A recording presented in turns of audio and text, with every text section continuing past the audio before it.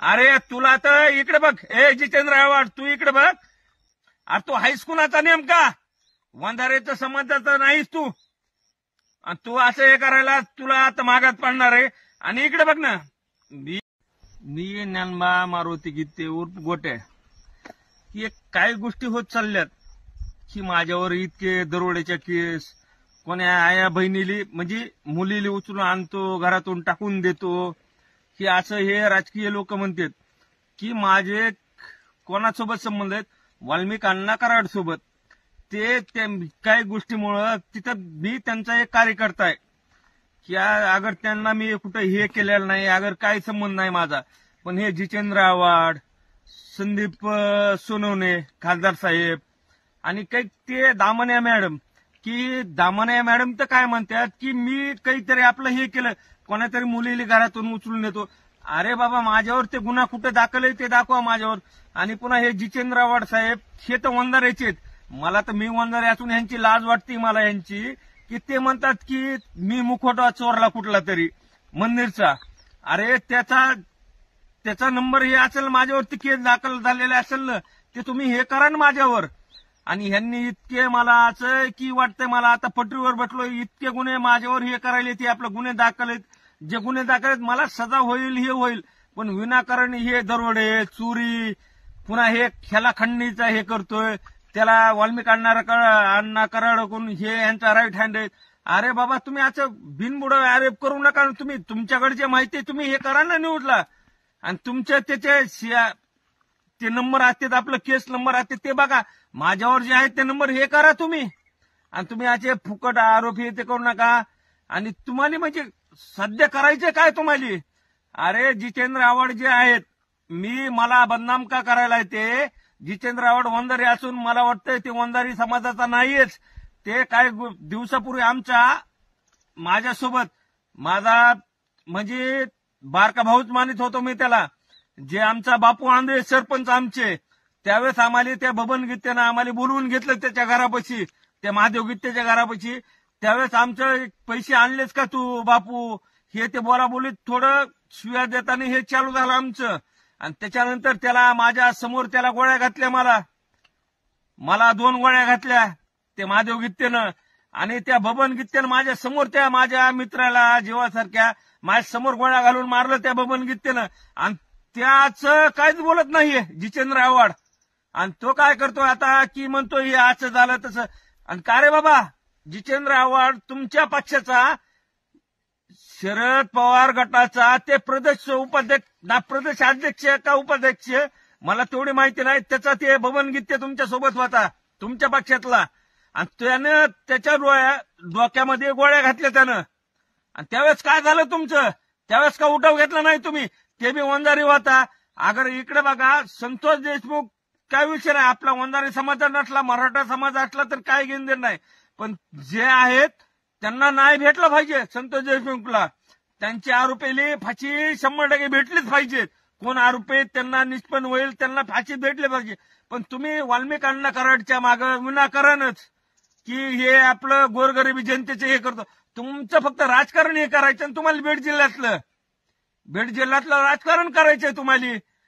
पण असं करू नका तुम्ही म्हणतायत की माझ्या विरोधात धनंजय मुंडे साहेब तिथं आलते, त्यांचं काही गरज नव्हतं. तुमचा बी व्हिडिओ आलाय तिथं, जितेंद्र साहेब तुमचा बी व्हिडिओ आला तिथं की धनंजय मुंडे का आला माझ्या तिथं, मी कुठं आलो का? अरे बाबा, ते पक्षामुळे हे ते आले असतील. मग तुमच्या पक्षाची सभा होत्या, तुम्ही बी यायचं परळीमध्ये या, बीडमध्ये या, काही अडचण नव्हती तुम्हाला, आडवीला कुणीच नव्हतं तुम्हाला. पण तुम्ही असं धनंजय मुंडे साहेबांनी बी टार्गेट करू नका. धनंजय मुंडे साहेबांनी तर टार्गेट केलंच तुम्ही, पण आमचे दैवत आमचे वाल्मिक अण्णा कराड का रे बाबा, काय गोरगरिबाच्या परळीत येऊन कुणाला बी विचारा हो, परळीतल्या गोरगरीब जनतेला अगर श्रीमंताला विचारा की अण्णा कोण आहेत ते दैवतच म्हणतील. कारण त्यांच्यापाशी जे आहे ते आपलं कोणी बी येतील, त्यांना काय अडचण आहे ते हा बोला, ताई बोला, आई बोला, भाऊ बोला शब्द असते. आणि आता नाही अण्णाचा आणखीन शब्द बोल रा मला एक तुम्ही ते दाखवा मला रेकॉर्डिंग एखादी. पण असं तुम्ही करू नका जितेंद्र साहेब, तुम्ही वंधारी समाजाचे आहेत. पण वंजारी समाजाचे आहेत म्हणून मला काही वाटत नाही तुम्ही वंजारी समाजाचे आहेत म्हणून. पण ते असं हे करू नका तुम्ही. जर करायचं असलंच करा, पण विनाकारण माझ्यावर बी तुम्ही, आणि माझ्यावर का करायला तुम्ही मला कळायलंय मला की मी त्या बबन गीतेच्या 302 मधला फिर्यादी मी 307 माझ्यावर 2 वया लागल्या होत्या माझ्यावर. आणि त्यावेळेस तुम्ही कुठं होतात? तुम्ही आव्हाड साहेब तुम्ही कुठं होतात? तुम्ही वंजारी समाजाचे तुम्ही कुठं होतो त्यावेळेस? आणि तिथं आता तुम्ही त्याच्या कोणतरी आता महिला पाठवायल्यात की मी काय करतोय म्हणा की महिलाला उचलून नेवतोय आणि त्या महिलाला उचलून आणून टाकतोय.